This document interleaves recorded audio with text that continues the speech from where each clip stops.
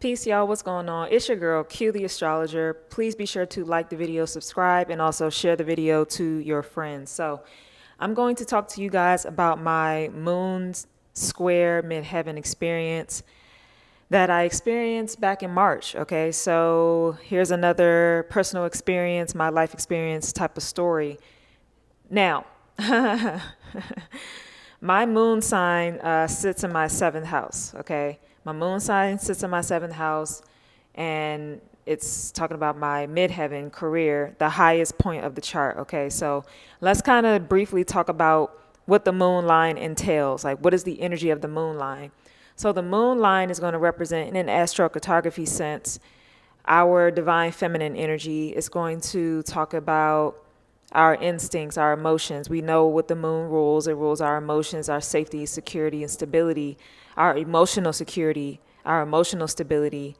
So you're going to really feel very tapped in with your moon sign on your moon line, and very tapped in with your emotions, and also tapped in with the house that your moon is in. So again, my moon is in the seventh house.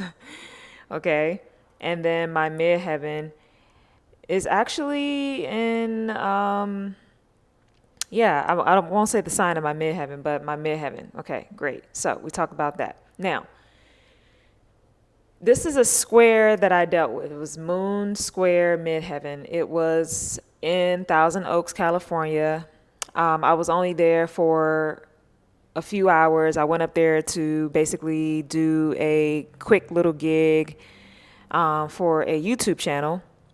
And it's a very well-known YouTube channel. And if those of you guys who don't know, I do play basketball as well. I played in high school and I played in college, and I still play from time to time.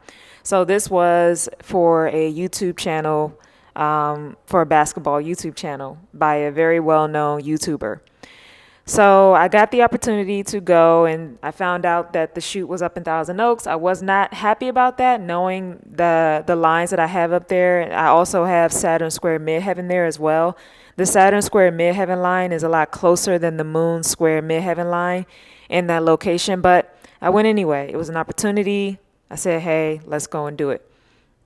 So, because I'm never going to turn down any opportunity if I'm there for like a short period of time, right? So ended up going, and let me tell you, I immediately felt emotional in a negative way, right?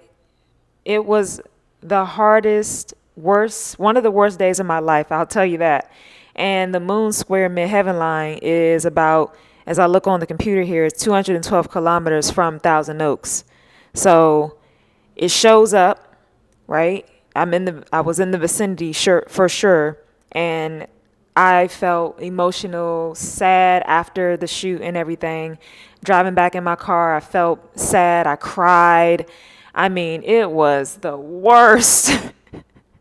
It's the worst possible line that anyone can go to. Now, the thing for me is because my moon sign does have an affliction, which means that it is square an outer planet. And so because my moon is square an outer planet, you're always dealing with your chart. You're always dealing with the aspects of that planet. So I'm dealing with moon square, midheaven, and then I'm also dealing with my moon in opposition to an outer planet. Okay? So, and we know if it's in opposition, it's opposition to my first house, right? Because my moon's in my seventh house. So, seventh house, we know, rules our relationships, all these things, the relationship with people, one-on-one, the this, the that. Now, the one thing I can say about this job that I did in the Thousand Oaks on my moon square midheaven line is I definitely felt exposed. And this is one of the manifestations that can come about when you're on your moon line in a more of a practical sense. So you can be center of attention on your moon line, definitely, but in a way that makes you feel self-conscious and exposed. Okay, so this was a basketball competition YouTube channel, and I didn't do very well. I didn't do very well. I'm going to be honest. I, prior to that, was really having, I guess, a rough couple days before that shoot date, and then it just, going to a moon square line on top of that, yeah, that's what you want to do, right? I don't know why I punished myself. Anyway, but like I said, I had already got booked for the shoot, so I'm not going to cancel the shoot. So it was the worst, one of the worst days of my life. I'm not going to say it was the worst day of my life, but it was one of the worst days of my life because of the way that I felt emotionally. Now, it had nothing to do with the people that was there, nothing to do with them at all. In fact, yes, I was the center of attention. They gave me the selfie camera majority of the shoot until I got eliminated. But then when I watched I should say also when I watched the YouTube show when it came out, when they aired that episode, I was featured a lot in that episode, a lot. And then I got eliminated. And then that's what I mean by I felt exposed, because they gave me the camera before I got eliminated, and then I got eliminated, and then whatever.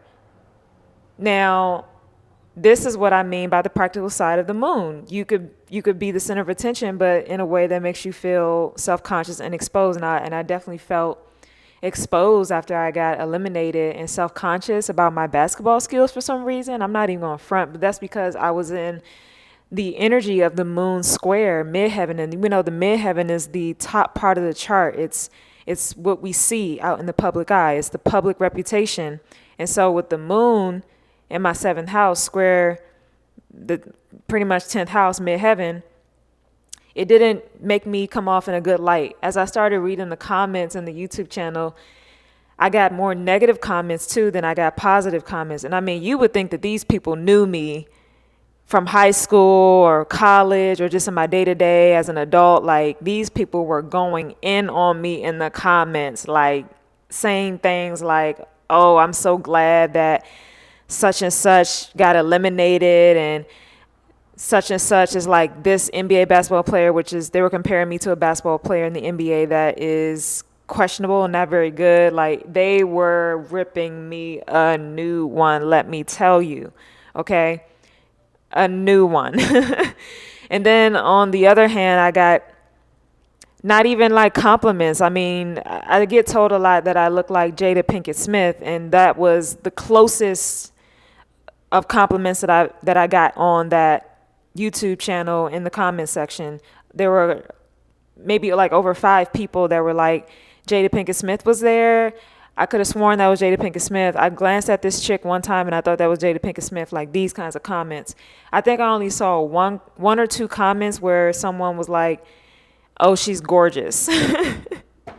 But other than that, it was just like they were roasting me and all this. And see, I could laugh about this stuff because I have a very strong sense of self, and I know that I'm amazing at basketball, and I was that girl in high school, and I could have been that girl in college if my family would have allowed me to go to the university that I wanted to go to play for.